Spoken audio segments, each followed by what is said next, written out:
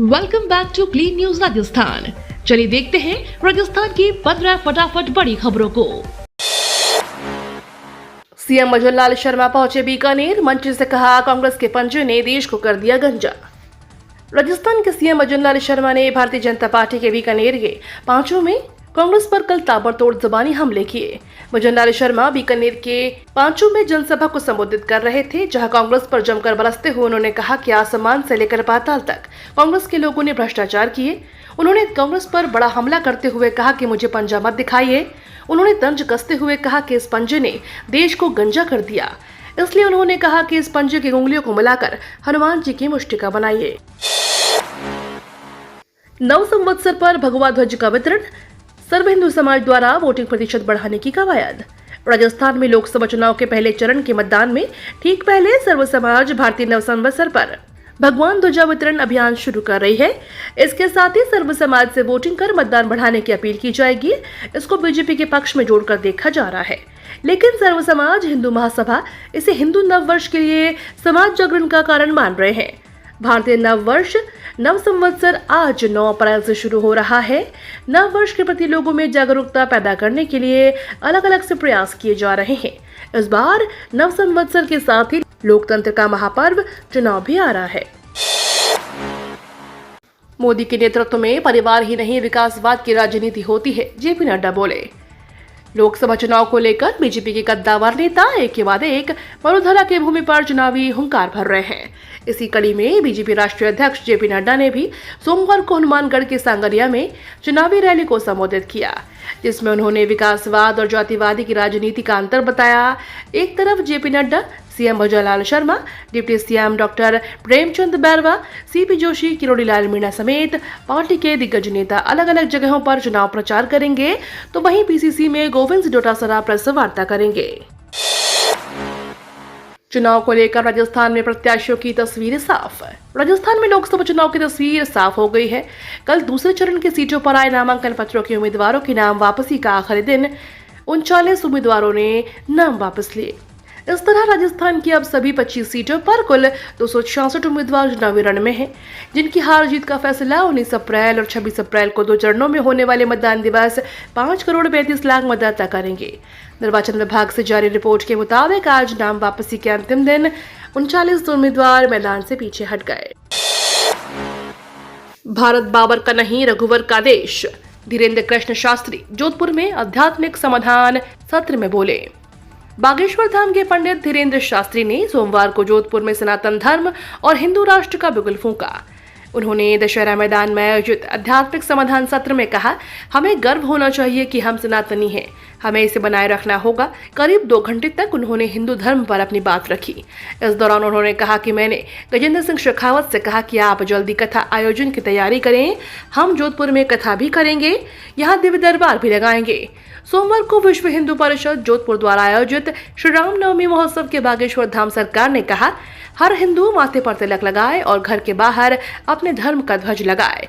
उन्होंने कहा कि हम किसी मजहब के विरोधी नहीं हैं, लेकिन अपने धर्म के कट्टर भी हैं।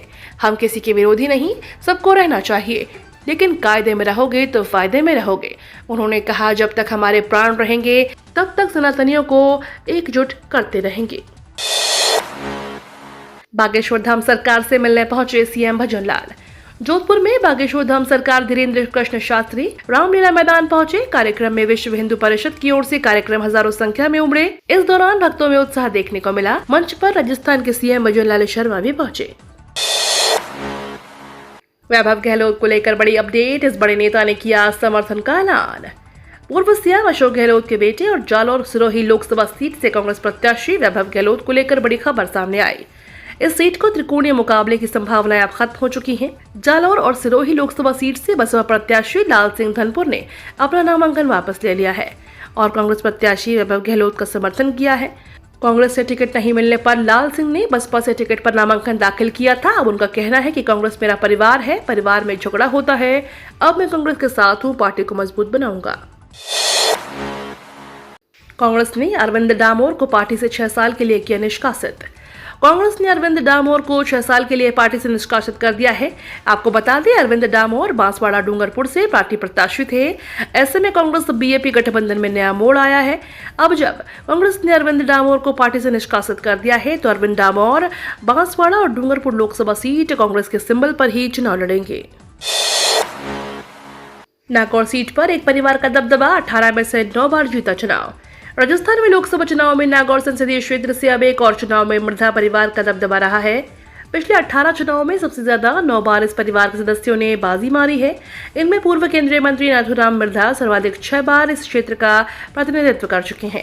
आगामी 19 अप्रैल को होने वाले लोकसभा चुनाव में मृधा परिवार के सदस्य और नाथूराम मृधा की पोती और पूर्व सांसद ज्योति मृधा फिर से चुनाव लड़ रही हैं। यहाँ उनका मुकाबला पिछले लोकसभा चुनाव में हुए शिकस्त देने वाले राष्ट्रीय लोकतांत्रिक पार्टी के संयोजक हनुमान बेनीवाल से है। हालांकि ज्योति मृधा पिछले चुनाव कांग्रेस से लड़ा था और इस बार वह कांग्रेस छोड़कर भारतीय जनता पार्टी में आ गई हैं और वह भाजपा प्रत्याशी के रूप में यहां से फिर से चुनाव मैदान में है। बांसवाड़ा और बागीदौरा से कांग्रेस के उम्मीदवार लापता, नहीं उठाया पर्चा। राजस्थान में डूंगरपुर बांसवाड़ा लोकसभा सीट पर पेच फंस गया है। यह कांग्रेस ने भारत आदिवासी पार्टी को समर्थन देने की घोषणा की है, लेकिन पार्टी के अधिकृत प्रत्याशी अरविंद डामोर ने पर्चा नहीं उठाया है। उसी प्रकार बागीदौरा विधानसभा उपचुनाव में कांग्रेस ने बाप का समर्थन किया है, लेकिन पार्टी के प्रत्याशी कपूर सिंह ने पर्चा नहीं उठाया है। ऐसे में ईवीएम मशीन ने पार्टी का चुनाव चिन्ह हाथ रहेगा। इसका फायदा बीजेपी उम्मीदवारों को हो सकता है। यहाँ से नाम वापस लेने का कल अंतिम दिन था, लेकिन 3 बजे तक किसी ने भी नाम वापस नहीं लिए हैं। नीट यूजी के लिए आवेदन का एक और मौका। नीट यूजी 2024 के लिए फॉर्म नहीं भर पाए युवाओं के लिए बड़ी खबर है। नेशनल टेस्टिंग एजेंसी ने एप्लीकेशन विंडो फिर से ओपन करने का फैसला लिया है। एनटीए की ओर से जारी नोटिस के अनुसार स्टेक होल्डर्स के अनुरोध पर नीट यूजी के लिए आज और कल एप्लीकेशन विंडो फिर से खुलेगी। जो कैंडिडेट नीट यूजी में शामिल होना चाहते हैं वे ऑफिशियल वेबसाइट पर जाकर रजिस्ट्रेशन कर सकेंगे। यह मौका फिर से दोबारा नहीं मिलेगा। 2 पश्चिमी विक्षोभ दे रहे दस्तक, राजस्थान में तेज आंधी बारिश का येलो अलर्ट।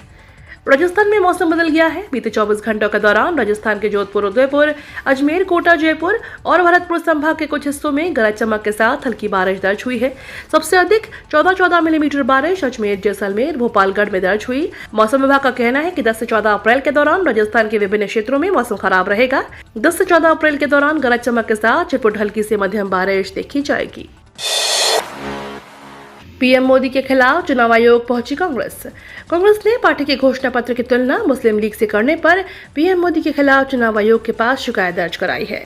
पार्टी ने आरोप लगाया है कि कांग्रेस की घोषणा पत्र की तुलना मुस्लिम लीग के विचार से करना देश को बांटने की कोशिश है। कांग्रेस नेता जयराम रमेश ने बताया कि ईसी के पास कुल 6 शिकायतें दर्ज कराई गई, जिनमें से 2 पीएम मोदी के खिलाफ है। बीएड शिक्षकों पर सुप्रीम कोर्ट का बड़ा फैसला।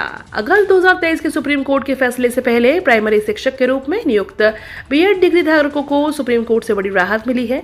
कोर्ट ने कहा कि उनकी नियुक्ति पर कोई असर नहीं होगा, यानी वह नौकरी करते रहेंगे।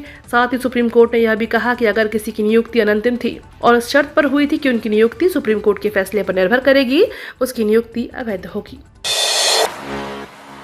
व्हाट्सएप का नया फीचर, अब देखना ही पड़ेगा स्टेटस। व्हाट्सएप ने स्टेटस को लेकर नया फीचर रोल आउट किया है। इसकी मदद से स्टेटस में किसी को टैग मेंशन कर सकेंगे, जिसके बाद जैसे ही व्हाट्सएप स्टेटस को पोस्ट करेंगे तो उस यूजर के पास नोटिफिकेशन चला जाएगा। जिन यूजर्स को मेंशन किया जाएगा उन्हें स्टेटस देखना ही पड़ेगा। वह बीटा इन्फो की तरफ से स्क्रीनशॉट्स भी शेयर कर इसकी जानकारी दी गई है। फिलहाल यह बीटा वर्जन में है, स्टेबल वर्जन में कब आएगा इसकी जानकारी नहीं है। ये तो थी राजस्थान की बड़ी खबरें। रोजाना सबसे पहले अपडेट पाने के लिए क्लीन न्यूज राजस्थान को अभी सब्सक्राइब करें।